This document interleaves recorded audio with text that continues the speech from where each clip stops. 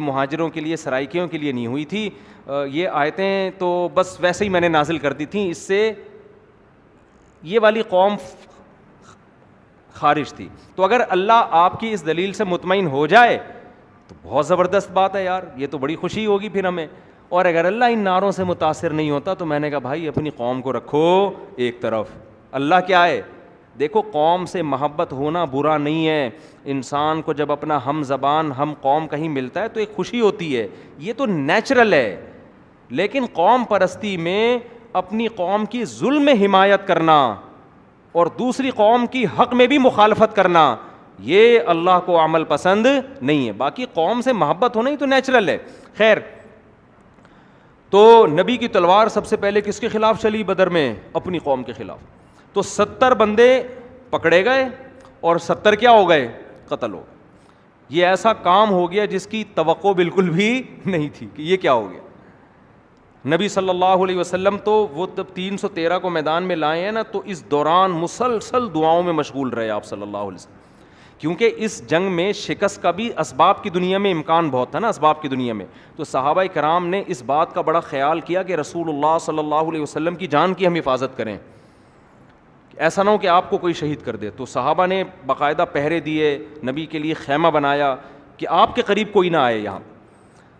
تو آپ صلی اللہ علیہ وسلم نے بخاری کی حدیث کے مطابق آپ نے دعا کیا مانگی اس دوران، اے اللہ یہ تھوڑے سے لوگ ہیں، اگر یہ قتل ہو گئے، شہید ہو گئے، لم تعبد، پھر قیامت تک زمین پر تیری عبادت نہیں ہوگی، کیونکہ میں آخری نبی ہوں اور یہ آخری جماعت ہے اور یہ پوری کریم ہے جو میں لے کر آ گیا ہوں. حالانکہ اللہ نے مدد اور نصرت کے وعدے کیے تھے، لیکن پھر بھی رسول اللہ صلی اللہ علیہ وسلم نے اللہ کے سامنے عاجزی اور انکساری کی. علماء کہتے ہیں اللہ نے جتنے بھی وعدے کیے ہوں، ہمیں اللہ کے سامنے فقیر ہی بننے کا حکم ہے. تو نبی نے روتے رہے سردے میں، اے اللہ اگر یہ جماعت شہید ہو گئی تو پھر قیامت تک تیری زمین پر عبادت نہیں ہوگی.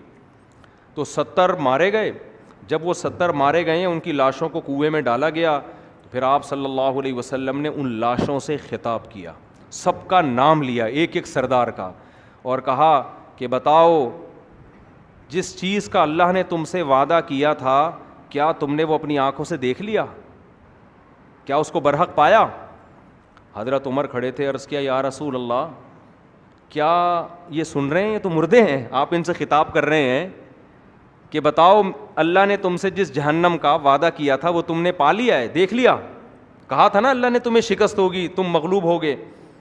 اب آگے سے تو کوئی جواب نہیں آ رہا. تو حضرت عمر نے عرض کیا یا رسول اللہ، کیا یہ سن رہے ہیں؟ تو نبی نے فرمایا یہ تم سے زیادہ سن رہے ہیں، آج کے دن یہ تم سے زیادہ سن رہے ہیں. اب اس حدیث کی بیس پر بعض علماء کی رائے یہ ہے کہ مردے کیا کرتے ہیں؟ بولو، سنتے ہیں. جب آپ ان سے خطاب کرتے ہیں نا تو وہ سن رہے ہوتے ہیں. حضرت عائشہ رضی اللہ تعالی عنہا کو جب پتہ چلا کہ حضرت عمر اس حدیث کا مطلب یہ لیتے ہیں کہ مردے کیا کرتے ہیں؟ سنتے، تو حضرت عائشہ نے فرمایا اللہ عمر پہ رحم کرے، وہ نبی کی بات کا مطلب نہیں سمجھے. حضرت عائشہ نے اس حدیث کا مفہوم یہ بیان کیا کہ سننے کا مطلب میری بات سنے نہ سنے، یعنی جو سننے کا مقصد تھا وہ آج ان کو زیادہ حاصل ہو رہا ہے. یعنی ہماری تو نہیں سن رہے، لیکن جو ہم کہنا چاہتے ہیں نا یہ اپنی آنکھوں سے دیکھ رہے ہیں. اب یہ اسی وجہ سے علماء کا اختلاف ہے کہ مردے سنتے ہیں کہ نہیں سنتے. بعض کہتے ہیں یہ حدیث کا یہ حدیث اپنے ظاہر پر نہیں ہے، ان کی بھی دلیل ہے. وہ کہتے ہیں قرآن میں آتا انک لا تسمع الموتى، اے نبی آپ مردوں کو نہیں سنا سکتے، ولا تسمع الصم الدعاء، اور جو بہرے ہیں ان کو سنا نہیں سکتے، اندھوں کو راستہ دکھا نہیں سکتے. تو خیر اب یہ اختلافی مسئلہ ہے. پنجاب میں دبا کے اس پہ غزوہ بدر اور غزوہ احد قائم ہوتا رہتا ہے ہر تھوڑے دنوں میں نا. میری رائے کہ نہیں سنتے، کسی بعض لوگوں کی رائے کو سنتے ہیں، تو ہمیں کیا کرنا ہے. آج کل زندہ نہیں سن رہے نا آج کل. تو اختلافی مسئلہ ہے. میری رائے کہ نہیں سنتے. میری رائے کہ قرآن کی جو آیت ہے نا فَإِنَّكَ لَا تُسْمِعُ الْمَوْتَى، نبی آپ ان کو مردوں کو نہیں سنا سکتے. خیر اس کی پھر لوگوں نے تعویلات کی ہیں علماء نے بعض. تو جہاں سننا ثابت ہے وہاں تو ہم سننے کے قائل ہیں. علی الاطلاق کہنا کہ مردے سنتے ہیں ہماری رائے کہ نہیں سنتے، لیکن کسی کی رائے ہے سنتے ہیں، تو اس کو شرک نہیں کہیں گے. اس لیے کہ جو یہ کہتے ہیں نا سنتے ہیں، تو وہ کہتے ہیں اللہ اپنی قدرت سے سنا دیتے ہیں ان کو, وہ مردے کو یہ طاقت نہیں دیتے, وہ کہتے ہیں اللہ سنا دیتا ہے. واللہ عالم, ان پھڈوں میں نہ پڑیں تو بہتر ہے آپ کے لیے, سیدھا سیدھا تمیز سے زندگی گزاریں. پنجاب میں یہ بڑی قاتلانہ لڑائیاں اور ہر وقت ممبر پہ یہی, وہ حیات النبی تو ممات النبی, تو سنتے ہیں تو نہیں سنتے, یہ ایسے پڑھے ہیں کہ الامان والحفیظ. اچھا خیر, 70 آدمی ہو گئے گرفتار. اب ان 70 کو کرنا کیا ہے, یہ مشورہ ہوا, ٹھیک ہے نا. حضرت عمر رضی اللہ تعالیٰ عنہ نے حسب معمول مشورہ یہ دیا, ان میں غیرت دینی حمیت بہت تھی. انہوں نے عرض کیا یا رسول اللہ, جو جس کا رشتہ دار ہے اس کے حوالے کیا جائے اور وہ اس کی گردن اپنے ہاتھوں سے اڑائے, تاکہ یہ قوم پرستی کا کیا ہو, بالکل خاتمہ. اللہ خوش ہوگا, دیکھو میری خاطر اپنے رشتوں کو نہیں چھوڑا. تو 70 کو قتل کیا جائے, ایک کو بھی نہیں چھوڑا جائے.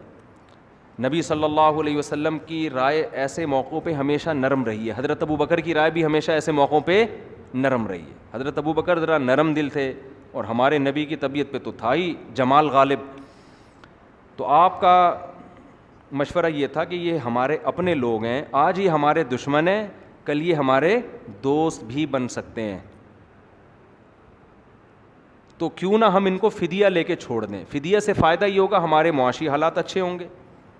دوسرا, ان میں جن کو پڑھنا آتا ہے ان سے ہم پڑھنا سیکھ لیں, تو مدینہ میں ہمارے بچے کیا ہو جائیں گے, لکھنا پڑھنا جان جائیں گے. ان سے فائدہ اٹھایا جائے, ان کو چھوڑ دیا جائے, کیونکہ یہی لوگ کل ہمارے دست و بازو بھی بن سکتے ہیں.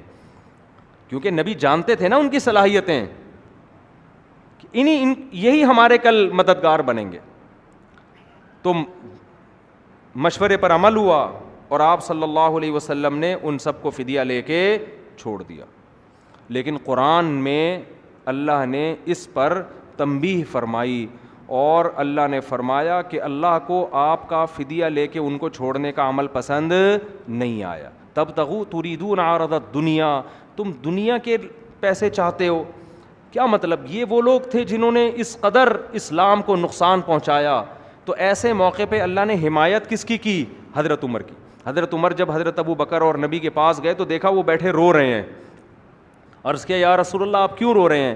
فرمایا اللہ کا عذاب قریب تھا کہ ہم پہ نازل ہو جاتا, لیکن پھر اللہ نے اپنا رحم کر کے اس عذاب کو ہم سے ساقط کر دیا. تو کچھ کام حضرت عمر نے ایسے کیے ہیں کہ حضرت عمر نے وہ مشورہ دیا, اور وہ مشورہ آسمان سے آیتیں بن کے نازل ہوا. حضرت عمر نے مشورہ دیا کہ آپ پردے کا حکم دیں مسلمان عورتوں کو. تھوڑے دنوں میں آیتیں نازل ہو گئیں کہ اے نبی آپ اپنی زوجات اور اپنی بیٹیاں اور مسلمان عورتوں کو حکم دیں کہ گھر سے پردے کے بغیر نہ نکلا کریں. بہت ساری آیتیں ایسی ہیں جو حضرت عمر کی موافقت میں نازل ہوئی ہیں. جب امی عائشہ پہ تہمت لگی نا, تو بعض سیدھے سادے صحابہ منافقین کی باتوں میں آ گئے کہ اچھا بھائی اس کی تحقیق ہونی چاہیے, اچھا بھائی گواہ لے کر آؤ. حضرت عمر کو جب پتہ چلا نا کہ امی عائشہ پہ تہمت لگی ہے, حضرت عمر نے فرمایا سبحانک ھذا بہتان عظیم, کہا اللہ تو ہر عیب سے پاک ہے, پیغمبر کی زوجہ کیسے کر سکتی ہیں, یہ بہت بڑا بہتان ہے. انہوں نے کہا یہ سننے کی بات ہی نہیں ہے, یہ جس نے بولا ہے جھوٹ بولا ہے. قرآن نے جب آیتیں نازل کی نا حضرت عائشہ کی براءت میں اور حضرت عائشہ کی پاک دامنی میں, تو بالکل قرآن کے الفاظ یہی تھے.